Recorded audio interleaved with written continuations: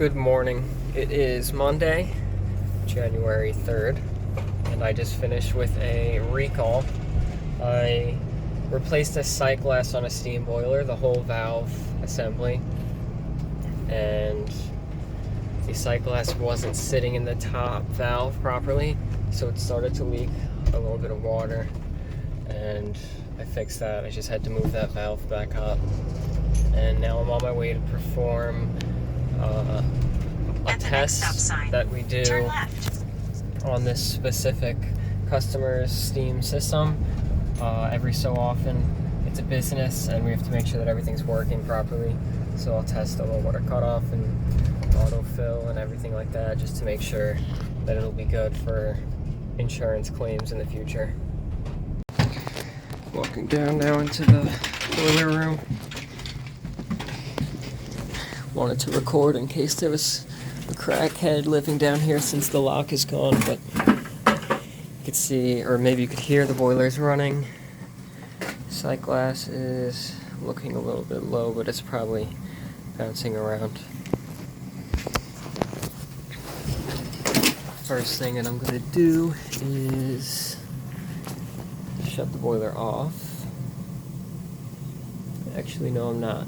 I'm going to hook up my hose to drain the system, which is on this side right here. But first I'll close off the loop for air handler. It's just a hydronic loop. There's that circulator there. And here's that return line. Make sure that's closed. Last time we were here, Mike had to put this valve in because it was leaking. So I'll get started with hooking up my hose and draining it, and then hopefully the low water cutoff kicks in. Got my hose hooked up and in the bucket. I'm gonna open up this drain valve. Nice sturdy water.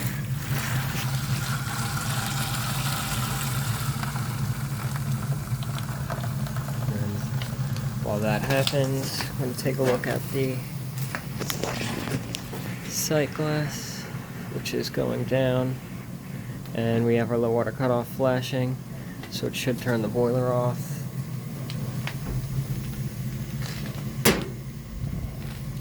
And then once that happens, I'll stop draining and let the system fill up all the way on its own. Just turned off.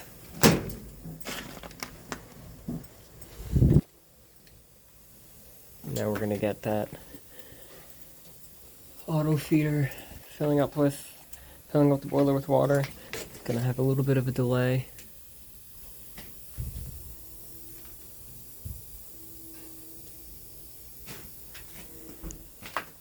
Take a look around. There's a water heater over here. I just replaced that relief valve last time I was here with Mike. Just wait for that delay. And it's filling up now. You can hear it. Wait for that sight glass to go up all the way and make sure it fills it up to the proper level. I cleaned out this pigtail last time. I'll probably clean it out again.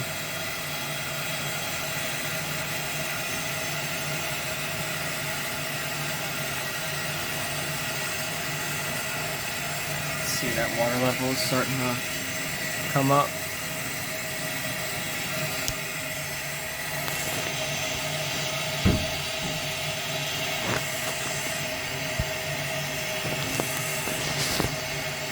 And then once that fills up, I'll take a look at that Pressuretrol and I'll do a combustion analysis.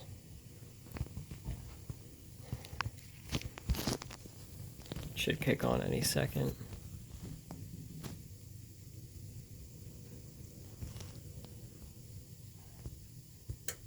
There we go. Get rid of this light so you could see the ignition happening.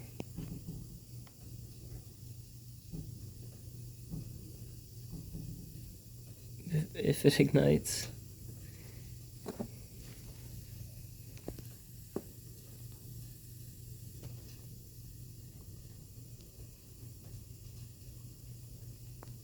Give that some time. That vent damper just opened up. So we should get ignition down here.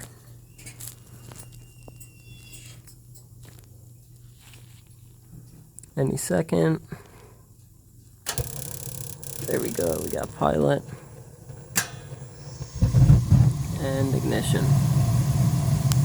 So I'll do a combustion test and make sure it's burning safely and properly. Fitting out the test. Some rocks there. I need to re-blow out the truck. It's from the condensate neutralizer. Parked up here on the curb because that's what Mike usually does, and it's all cool.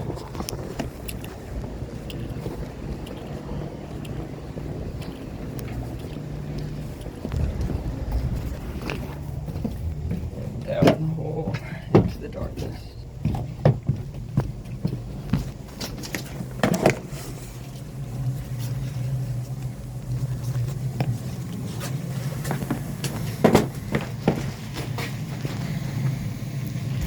This flashlight I'm using is the, it's a Nebo. I forget which one it is.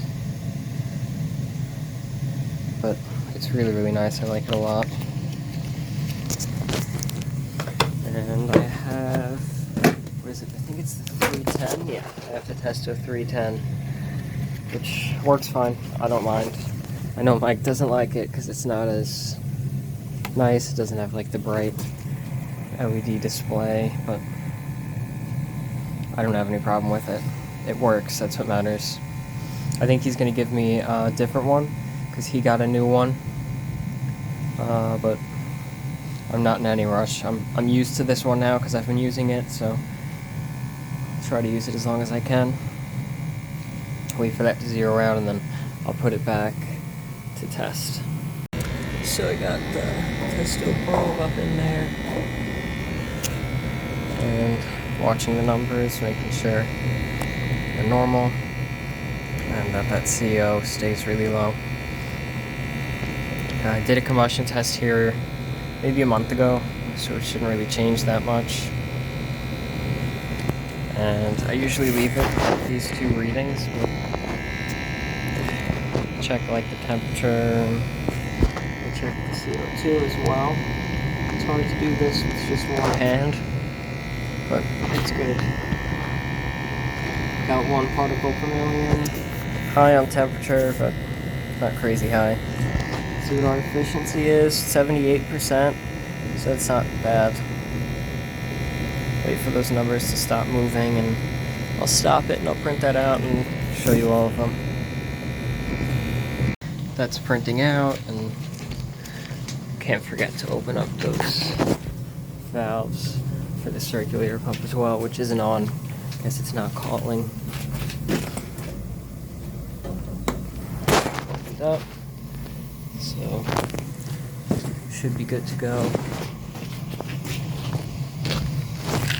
Go over these readings.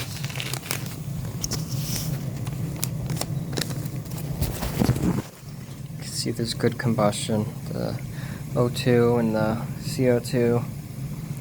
And 490 for our flue temperature, which is high, but I mean, it's not brand new, so it's not going to be perfect.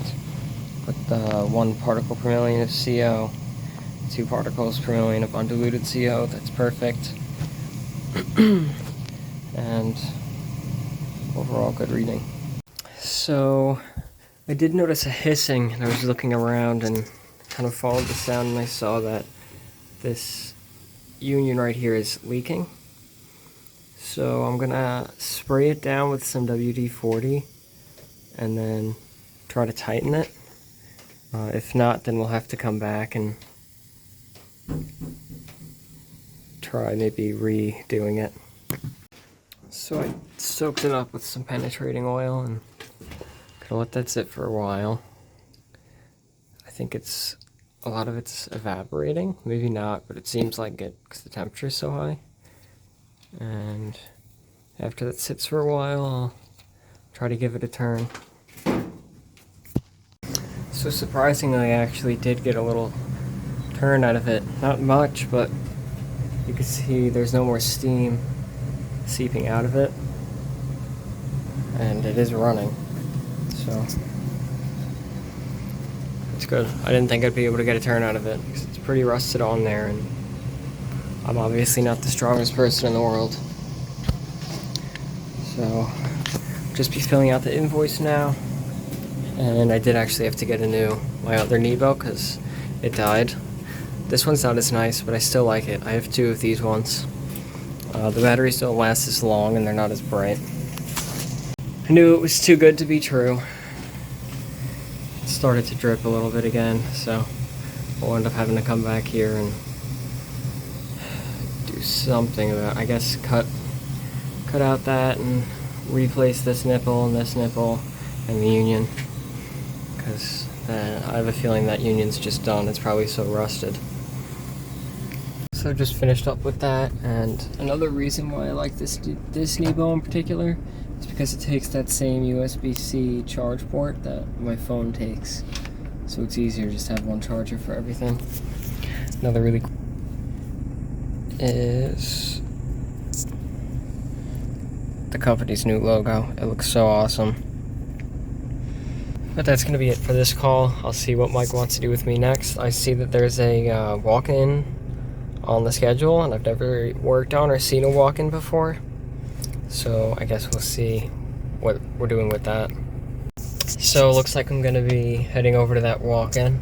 I'm going to try my best to see if I can gather any information and figure out what's wrong. And I can always call Mike if I have any issues or can't figure anything out, but it's a little bit nerve-wracking because I have never worked on any refrigeration yet. I know it works the same way, but I'm not sure what's going to be wrong or if I'm going to be able to figure it out. We'll see. Hopefully I get some good footage for it. Just going to make a quick little clip. I might when I go back in, I might record the unit itself. It's not a walk-in, it's an actual just one of those drink refrigerators. So I didn't really know like what to start testing, but I plugged it in and it turned on. So I just looked at everything. I felt the condenser coil, felt the evaporator, the suction line. At first it did feel a little bit cold and the temperature did drop in the cooler, but it wasn't getting cold. The fans were running, the evaporator fan and the condenser fan, and I saw a knob up on the top and I adjusted the knob because it's just 1 through 9. It doesn't say colder or hotter. So I just went all the way to 1, let it run for a little bit, and it shut off. So I went and twisted that knob and immediately it went back on, so I knew that that was the lowest. Sorry, I got a call, but basically in the end, the unit is low on refrigerant, so I'm going to pick up some 134A, and he just wants me to charge, and that's it. He doesn't want to do any leak detection or anything. It's a small Thai food place, so that's what I'm going to do. Got my jug of 134A from Johnstone, and now I'm on my way back. So I finished up with that. That was simple. And now I'm on my way to another recall that I was at this house this morning. The pilot wasn't staying lit, and I tested the thermocouple. It was a bad thermocouple, and I tested everything else on the boiler afterwards. I filled it to check for leaks and drained it back to the proper. Well, actually I drained it all the way, and then the low water cutoff went off. Had to stop again because I got another call. That one was from partsforheating.com letting me know that they don't have a part, which they said they did. So we have to wait 3 weeks for that. It's an NTI gasket kit. Yeah, they have to order it directly from the manufacturer, and it wasn't on any other website, so we're just gonna have to wait for it. But yeah, I checked everything out on that boiler, and I even adjusted the gas because it was 86 particles per million of CO. So I guess we'll see what the problem is when I get there. So this is pretty interesting. I'm at that boiler that I replaced the thermocouple on. I'm customer said he wasn't getting heat, and when I arrived, the boiler wasn't running. I took a look at everything, and I was curious if the boiler Pressuretrol went off, because I adjusted that from 4 to 2 psi. This is the Pressuretrol. If you could see, it's raised back up to right in between 2 and 4, because as soon as I raised that, it turned the boiler on. And I know for a fact that there was 0 pressure in this boiler. I lifted the relief valve, there was nothing. This gauge read 0, but I never really trust the gauges. So this Pressuretrol is defective, and I brought the homeowner down and I explained it to him. He was a super nice guy, and he wants to leave it like this. He doesn't want to replace the Pressuretrol. So, you know, I explained to him that the system could overpressurize, and what the purpose really is of the Pressuretrol, and why there's the 15 psi relief valve, and that it's going to keep his system from overpressurizing. But I'm going to monitor it and see if it ever goes off on pressure. Still monitoring it, and that pressure is hovering at about 2 psi. So just taking a look around. I was looking at the piping and went over there and felt that return line nice and hot. Just want to make sure that everything's working for him, since this is a recall and I don't want another recall. And regardless, I should make sure everything's working, recall or not, for all our customers. So I'm just going to let this run for a while, and I'd really like it to go off on pressure so that I can comfortably know that while it's going to be a high pressure, his boiler is just going to explode on him. He doesn't want to replace it, but I want to try to make sure that it's as safe as possible without replacing it, and reliable as possible. So, just going to keep watching. This is cool. A water heater from 1991. I think this is the oldest water heater I've seen so far. It's just looks really cool, like tacky. The design on it, I like it. I'm surprised it's still working. So I finished up with that. I stayed there for a little over an hour since my schedule was clear. You know, I went through all the radiators. I made sure everything got scalding hot. And thankfully the boiler was shutting off at A pressure, a little bit under 5 psi, which it's better than nothing, but he doesn't want to replace that. And after running for about an hour, I started to see a drip in the basement ceiling, and it was the radiator valve directly above it. So we closed off that valve. He doesn't want to replace that yet. Because again, that's all money. That valve, the Pressuretrol, the labor for that valve, and he can do without the radiator. That's perfectly okay. But the Pressuretrol, I would have liked him to have replaced. But it is what it is. It seems odd to me that it was running perfectly fine, and especially turn left. Since, like, you know, me and Peter did a pressure test, or not a pressure test, sorry, I'm driving, a combustion test. You know, like, we had it running for a while. We were starting to get heat up, so I mean, we thought we were good. I thought I was good. I couldn't figure out why I would have had a callback, what would have been wrong, but as soon as I touched that Pressuretrol and it turned back on. This guy's an idiot. As soon as I touched that Pressuretrol, it turned on. And, you know, I did touch it to begin with, even though I was trying to help the guy by lowering the pressure to what it should be. He stopped working. But he was really nice. He even tipped me in the end. And he's going to be using us in the future. He's very happy with the service he got. Just stinks that 2 recalls today. First one was a stupid mistake. I don't know why or how I wouldn't have noticed it. The sight glass leaking when I installed it, but It is what it is. Now I know. Be extra thorough and double check everything. I don't think there really is much that I could have done about this Pressuretrol. I feel like it kind of was just bad luck that the Pressuretrol happened to go bad. You know, I tested it, I cleaned out the pigtail. While it was running, I lowered it all the way down to like under 0.5 because there was a little bit of pressure in the system while it was running initially. But it is what it is. I'm going to see Mike now. They're doing a job in Lynbrook. I think they're almost done, but maybe I'll get to help them out with something. Probably get a little bit of a scolding for 2 mistakes in one day. But it is what it is. My goal will be that it won't happen again. But that's probably going to be it for this video. I don't imagine him sending me on another call. If you enjoyed, thanks for watching. Please like it, comment, anything you would have done differently. Subscribe, share the video, maybe comment things you guys would want to see. But that's going to be it. Thanks for watching.